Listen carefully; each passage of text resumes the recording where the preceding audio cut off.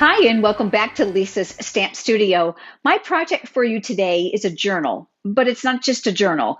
I turned it into a birthday journal. It's a way for you to keep track manually of the different months of the year for birthdays for friends and family. Here's a quick look at what we're going to be creating together today, and I've got a free download for you for those tabs that I'm going to be using.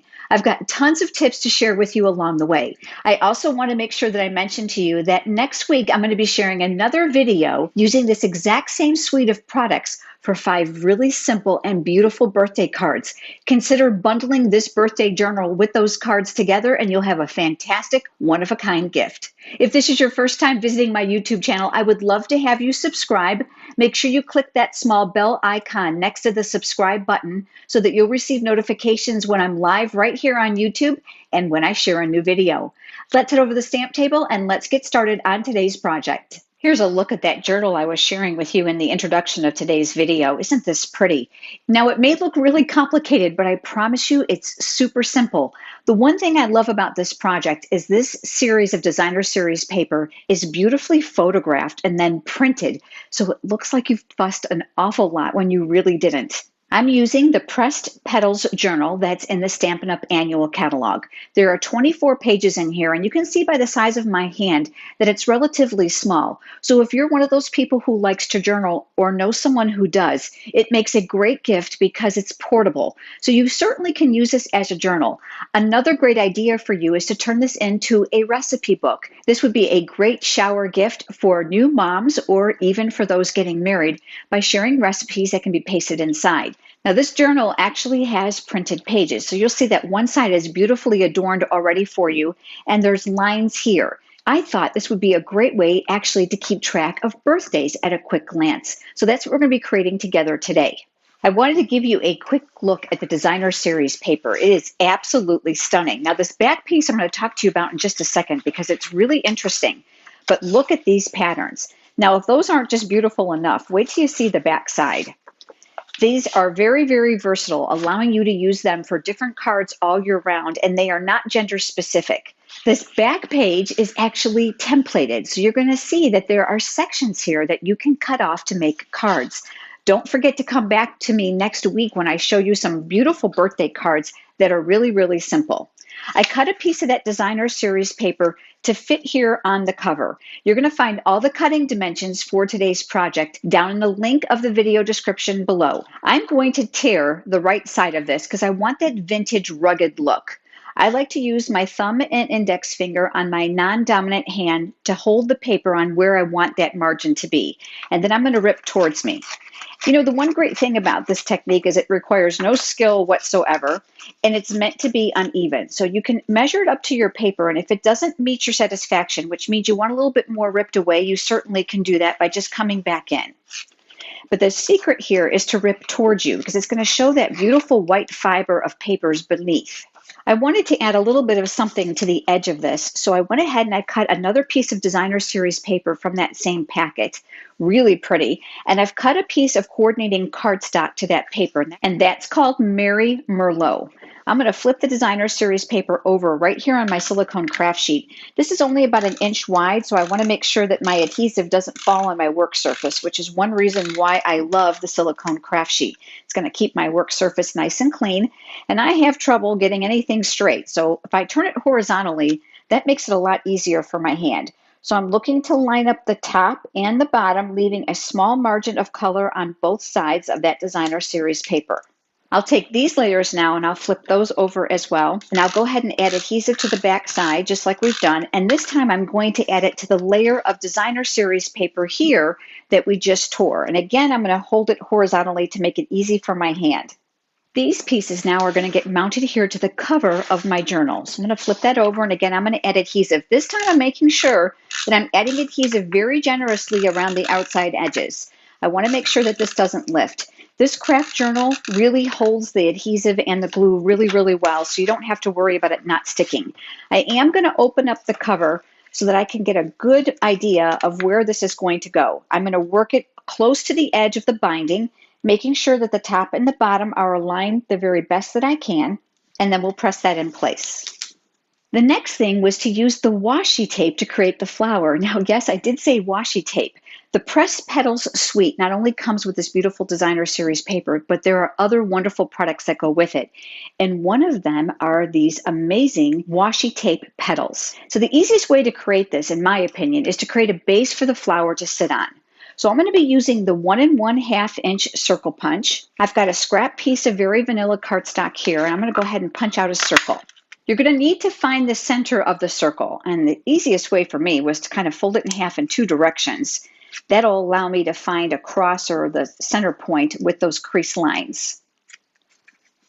While I know that might be difficult to see in the video, I'm going to go ahead and add just a pencil dot right there in the center just so that you can see where the center is. The next thing you're going to want to do is you're going to want to pull off some leaves. Now I know it might look difficult to find the beginning, but it really isn't, and you can go ahead and pull these off. They have a little bit of a waxy finish, very much like regular washi tape will, and it is really, really easy to use. So I'm going to go ahead and I'm going to pull off numerous petals to create my flower. I've pulled off 12 petals. If you want your flower fuller, you certainly can do so. I'm also going to bring in my embossing buddy. This anti-static powder is typically used when you're doing heat embossing. When you rub it on your surface, such as your cardstock or your vellum, it actually will repel powder where there is an ink. But it also is a great way to reduce the tackiness on products such as this. So let me show you what I mean. We're going to start by creating the base of our flower. I'm going to create 2 petals lining up the center right on my dot, right across here. So 2 are going to be directly across from each other. And then I'm going to take 2 others that are going to go in the opposite direction. Now, if the outside edges of your petals are a little bit worn or they're curled from pulling them off the washi tape, all the better, because that gives it a very realistic look. Now, you can see these areas here are the areas we need to fill. But I want some of this edge not to stick. And of course, because it's washi tape, it's tacky. So this is where I'm going to take my embossing buddy. I'm going to powder the top half of my petal. And then what I'm going to do is I'm going to work a little bit offset from that center. So I'm moving it back about 1/8 of an inch, and then I'll press the center of that petal down, which will leave this end nice and loose. I'm going to do the same thing now, working my way around, filling in on those areas of cardstock. Now, once those layers are finished, I'm going to create one more layer. And this time, I'm choosing to move the petals in even closer so that I have some graduating sizes and depth to my flower. For this next layer, I've gone ahead and I've petaled that end again. I want to bring these in a little bit closer. So I'm going to graduate that size toward the center so you can see that these are uneven. I want this to look realistic. So by varying the depths of the petals, you're going to have a little bit better success with achieving that. And I'll fill the last ones in here.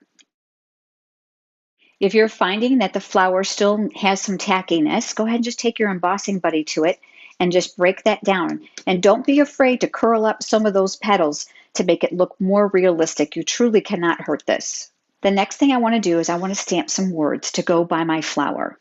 And I'm using the brand new stamp set called Peaceful Moments. Lots and lots of fun, and it covers lots of different greetings. I love the mixed font, and I chose the words Always Remember.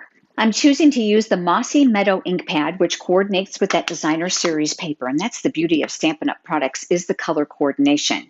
I've got my greeting here, and I'll go ahead and I'll ink that up, and I'm going to stamp that here towards the center. This end is going to get tucked underneath our flower to adhere it to the front of our journal, but this end I want to make a banner tip.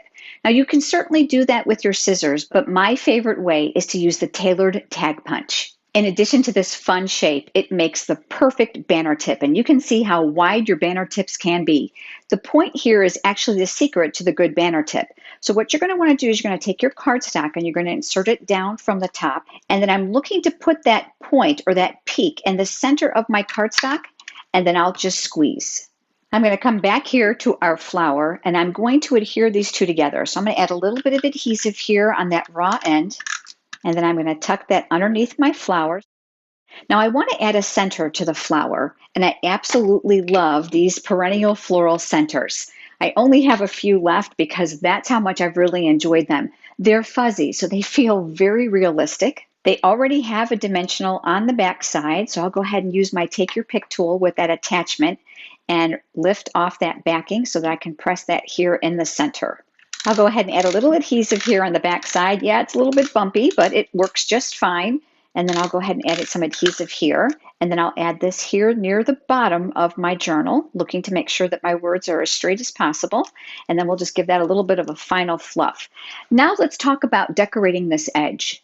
I've got 12 inches of both the Very Vanilla scalloped lace trim and the Rococo Rose, which coordinates with the Designer Series paper. This is the scalloped linen. Really, really pretty. What we're going to do is we are going to feed the raw ends through the top rung here inside the spiral binding. And then what you're going to do is bring this down to about the halfway point. I am turning the Rococo Rose so that both of the pretty edges that are finished are facing out. I want to make sure that my lace is going to fall underneath on the bottom. And then I'm going to pinch this and bring a little bit up to the top. And this is where I decided to cinch it with another piece of twine. I'm going to come up around the top. I'm making a single tie. And then I'm going to squeeze it. And that's going to cinch it, give us a little bit of a loop here at the top. Go ahead and make yourself a knot. To secure this in place, what you're going to do now is you're going to take the two ends that are lace and you're going to make a single tie, and that's going to tie it up underneath here. Pull it tightly so it'll secure it to the binding. I decided to add a small trinket to this area, and I'm using one of the beautiful leaf trinkets from the Bird Ballot Trinkets assortment. I'm going to go ahead and thread that right through that hole, and I'm going to make another knot to secure it in place, and then I'll make a bow. Now that the outside is finished, let's talk about the inside pages. There are 24 pages in the book, which means you're going to use 2 pages for each month of the year. I've created a downloadable file for you that has January through December. I printed mine on Very Vanilla cardstock. I formatted this to fit the circle tab punch. So I'm going to turn the punch upside down so I can see where I'm going. I've turned the cardstock horizontally, and I'm going to slide this in. I abbreviated it because the punch is rather small. And then I'm looking just to make sure that the word is centered inside the circle area. And then I punched. And I went ahead and I did that for each one of these. I did cut this down the center so that I could do the next several rows. And there are 2 sheets so that you'll have October through December here. The extra cardstock is wonderful for you to use for the circle on the front of the flower and for other projects. So let me show you how I attach this. Knowing that my first page was going to start with January, I went ahead and I folded this punched piece. Using my silicone craft sheet, I opened it up to the inside and I added adhesive along the bottom 2 strips. I know I want my tab to face forward, so I went ahead and I opened it up, making sure I had just 1 page, and I'm starting up here at the top, and then I'm attaching it. And then I'm going to fold the other end to the back, squeezing them, creating the tab. Let me show you what I did on the completed one so you'll have an idea on how it's finished. Here's the one I created before you joined me. You're going to see here how I attached a tab, offsetting them all the way through the months of the year.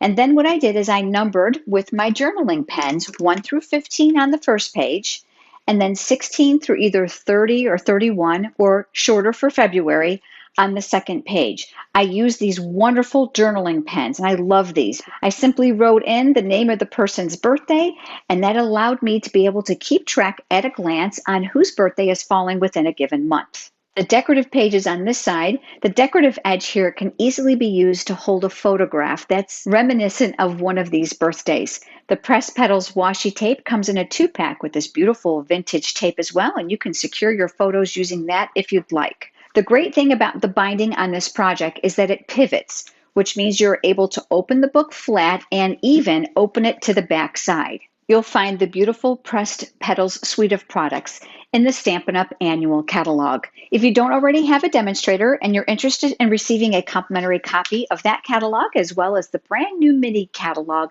I would be more than happy to send them to you. Head over to lisasstampstudio.com and click on Contact Me, and it's a great time to shop. Stampin' Up's largest sale of the year runs from January 3rd of 2020 through March 31st, 2020. For every $50 that you spend, You can choose a free product from this brochure. And for those of you with a larger wish list, there are even products with a $100 category. Don't forget to come back and join me next week when I share with you 5 simple birthday cards using the same suite of products. If you have enjoyed today's video, please give it a thumbs up here on YouTube, which is a like. It certainly helps. Thank you so much for joining me, and I look forward to seeing you next time. Have a great day.